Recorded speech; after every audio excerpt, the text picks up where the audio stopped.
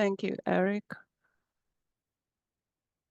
So as Jacqueline Tedesco has stated during the overview in regards to the tips and tricks, so the first process is the profile creation. I had also mentioned that previously.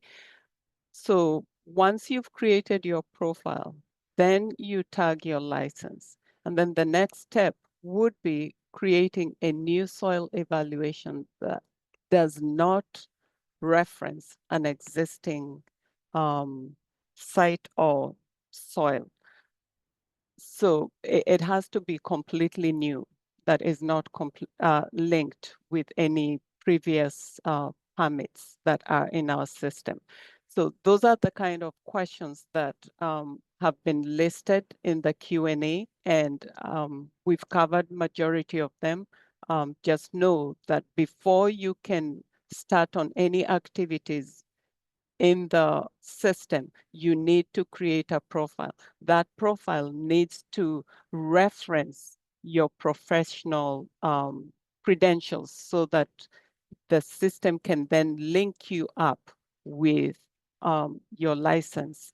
If you create a profile and then you go to my licenses and you don't see it there, then that's when you do the tagging option and select the program that you're trying to tag the license for, and then walk through the processes. We've outlined those in the user guides that we've provided. And I know some of you have called on several occasions asking for the process and having us walk you through. But the user guides, as Jacqueline stipulated, they do have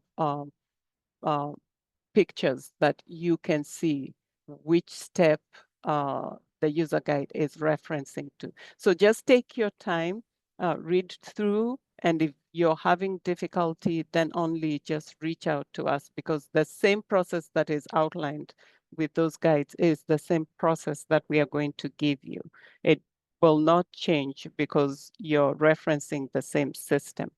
So just make sure you have a profile before you can initiate any activities within the system.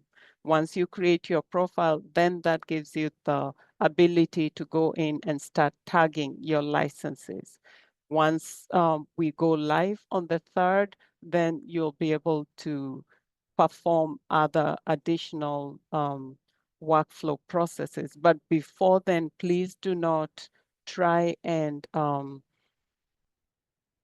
create applications that are linked to sites with information contained in the system, because that information has not been completely made available and it will break the system.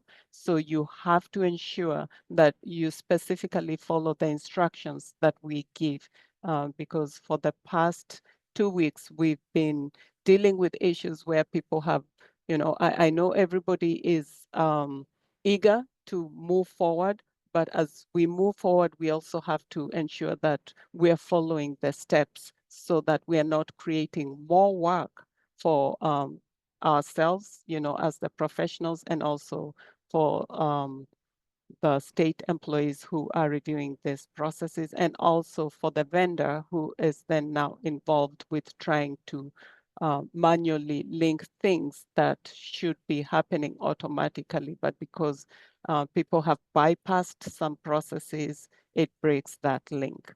So just be patient as we go about setting up the workflow and ensuring that everything is flowing correctly.